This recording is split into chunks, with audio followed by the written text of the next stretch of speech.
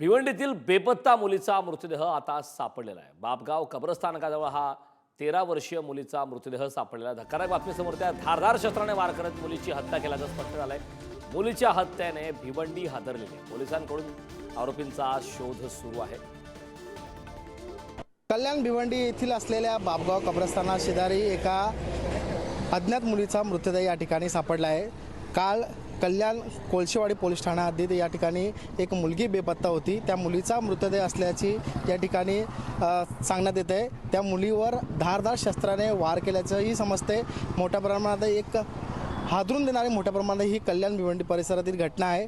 या ठिकाणी असलेली ही मुलगी अल्पवयीन असल्याचं समजते। त्याचप्रमाणे या ठिकाणी त्या मुलीवर धारदार शस्त्राने वार करण्यात आले आहेत।